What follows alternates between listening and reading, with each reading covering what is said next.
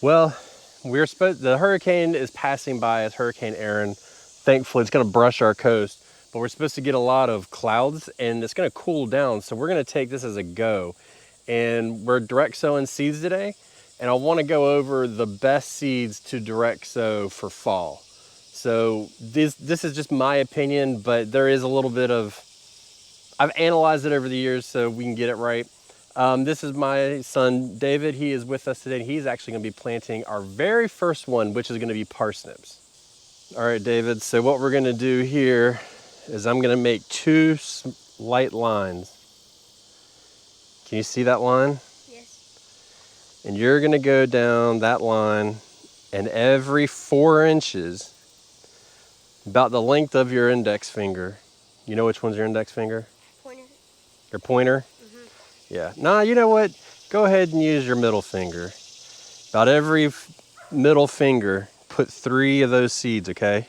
Yes, sir. And what we're gonna do is along this line here, we're gonna do a double row.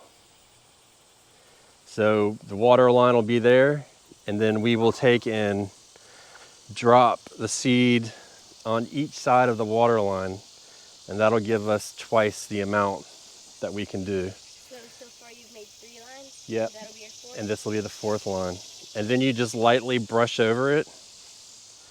Brush the soil back over it, real light, okay? Yes, sir. So last year what happened is we had a hurricane and it rotted all of our seeds. That's not good. No, that's not. That's why we only got 1 parsnip. But we got 1. Parsnips are really good. You know, a lot of people do carrots. I don't really like carrots in the fall. A lot of times what ends up happening in my area, which I'm in coastal North Carolina, we end up having good growth, and then we don't really get a harvest until spring. And to me, I would just rather go ahead and get something in the ground that really does do a lot better, and we can harvest into the fall and winter. Parsnips are really good too, especially if you look at like the survival aspect of it. And carrots are the same way, where you can kind of leave them in the ground until you're ready to pull them up. You don't have to actually put them in the fridge. If you were to harvest them and you were to put them into cold storage of some sort, then yeah, the clock does start to tick, but it's still really slow. They are a good storing crop. So we try to direct sow those each year, and it's a crapshoot. They're really difficult though, because it takes them a while to germinate. So you got to keep them moist, but you can't keep them too moist or they rot. Okay, we already planted them here, but our second one, we did a double row. Actually, we did 2 double rows. We did 2 double rows of rutabaga. So rutabaga are our tops for a couple reasons. Truth be told, rutabagas, turnips, and kohlrabi all taste very, very similar. Even though kohlrabi is technically a brassica, man, I still consider it a root crop because it has the exact same flavor. Very, very similar to the other 2. So we pick rutabaga because 1, they get bigger. 2, they seem to be able to handle the heat a little bit better because you have to remember we're planting in the fall going all the way into winter. So we get a little bit more time with them and we can kind of cultivate them a little bit more. And the other thing is that they store for a really long time. So we can get them, if you feed them right and you put like, after they germinate, we'll come back and we'll put bone meal in, and then we keep feeding them and give them low amounts of nitrogen. Then what will end up happening is you'll get good sized roots and low amount of greens. So we grow them for the roots. You can grow them for the greens if you'd like, but it's not really typically for that. But we will do that. And like I said, with the option for it to hold over for a long time, that's just a great reason to grow them. They will hold over in the fridge, I would say almost 2 months, easily 2 months, especially if you put them in the crisper or something like that. You know, when you buy them at the store, they have that wax coating on them. I've never done that, but maybe that's a possibility too. But we eat them pretty fast, so it doesn't really make that much of a difference. We plant them, again, in double rows along the lines here, and we put them about every 4 to 6 inches. So again, they're just now direct sowed, so we will see how they do. And we're supposed to have a cloudy day today, and the temperature is going to drop. And when I say drop, it's going to be in the mid 80s instead of the mid 90s. So we're going to use that to our advantage.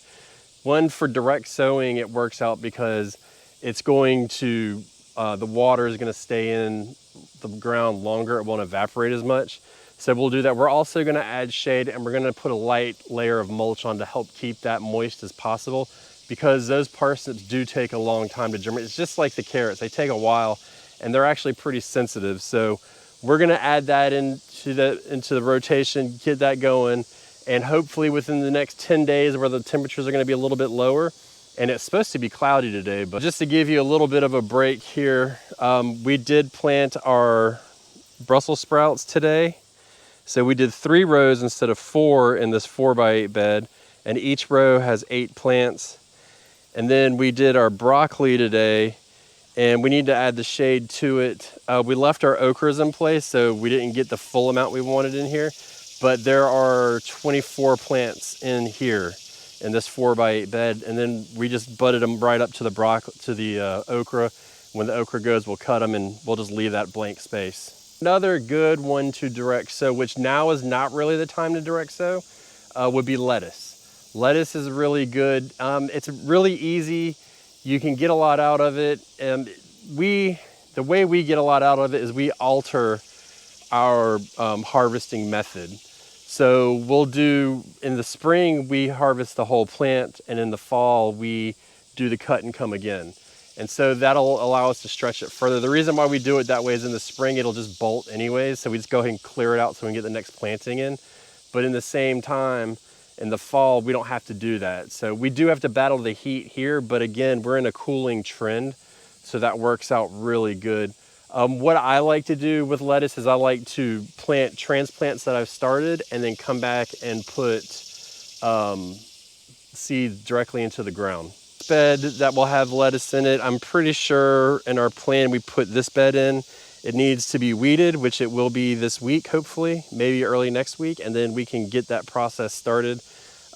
We like to go ahead and weed them and let them sit for a little bit, maybe just a week or 2, but enough to get them comfortable, get them refed, get this fertilizer activated, get them rehydrated well and mulched and cleared up, make sure none of the other weeds are going to come up, and then we can get them going. I mean, lettuce just brings a freshness to your plate. You know what I mean? Like, you can get a lot of different kinds of lettuce. I have never grown an iceberg lettuce. Let us know in the comments if you've grown it and how different it is from romaine. Truth be told, I don't really like iceberg, but I still am kind of curious to grow it. So maybe I will in the spring, not sure yet. Another one that's really good, and we talked about this in the fall survival gardening video, is radishes. Apparently a lot of people really like radishes, which is cool. I don't really like to eat radishes, but they have a solid place in my garden. They are a utilitarian crop for me. So this bed has shown signs of being very tired this year, but we don't want to miss a season in it. So what we'll do is we're going to plant a quick crop in it, which is going to have the lettuce, and then we'll probably do a couple rows of radishes in here too. It allows them to grow. We harvest, we cut it, we finish it off, we cover it, and then we rest it for the winter and refill it. We'll put some manure in it and stuff like that and get this thing jazzed up for next year. So radishes really do have a place for that.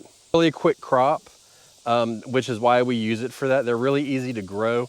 And when they say 21 days, usually within a month, you can have a harvestable radish to some extent.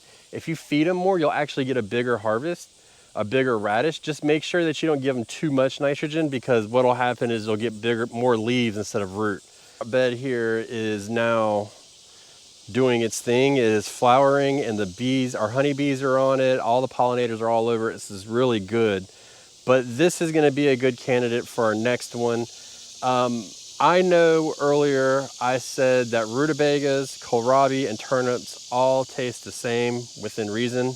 And I fell into this one last year where I used my seeder to seed and I put the wrong disc in it. And what happened is I dumped turnip seeds all in there. And I had the most amazing turnip green row you've ever seen. But we were wanting to get the roots, so we didn't harvest the greens. And I was like, I was being really stubborn. I was like, I'll go out and I'll cut every other one out and just take chunks out until I get roots.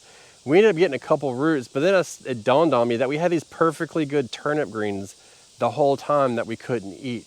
And so that's what we really want to focus on here. This is a multi-use crop. right? You can eat the roots, you can eat the greens. They're really good they help dig up the soil and loosen up compaction because of the roots. So if you want the greens, you plant a lot in a small space. And if you want the roots, you give them good spacing, right? Give them a couple inches per seed. Pretty sure this bed is gonna have a solid half of it's gonna be turnip greens this year. And we're gonna go pretty hard on that. And we'll probably do the other greens in here. It's just, they last so long. They're very cold hardy. And when we put the cover on them, I mean, they went all the way through winter. We actually pulled them up because we were just tired of looking at them and it was time to plant. So it's another plant here that we definitely get into the freezing and we get really cold. We get into the 20s and the teens, but with a little bit of cover and the right care, they will grow all the way through the winter here. And anytime we get something like that, we want to definitely go for that. Multi-use crop that grows in the winter, survives a hard frost, and flourishes, all of those are winners in my book. What more you got, bud? I got half of the last row. Good. So hopefully, if the stars align right, we'll get a good parsnip harvest this year. We got to recover from last year. One thing about parsnips, in my area, it's really hard to buy a parsnip. And that automatically takes that crop and makes it invaluable to us. We really enjoy parsnips. We use them in stews a lot. We use them with carrots as well, but we do half and half usually, so we get a little bit more flavor, and it makes it a really valuable crop. Is there a crop that you guys grow that y'all can't get at the grocery store that you just really love? Let us know that too, because that's a big benefit about gardening that you just can't put a price on. Goodbye.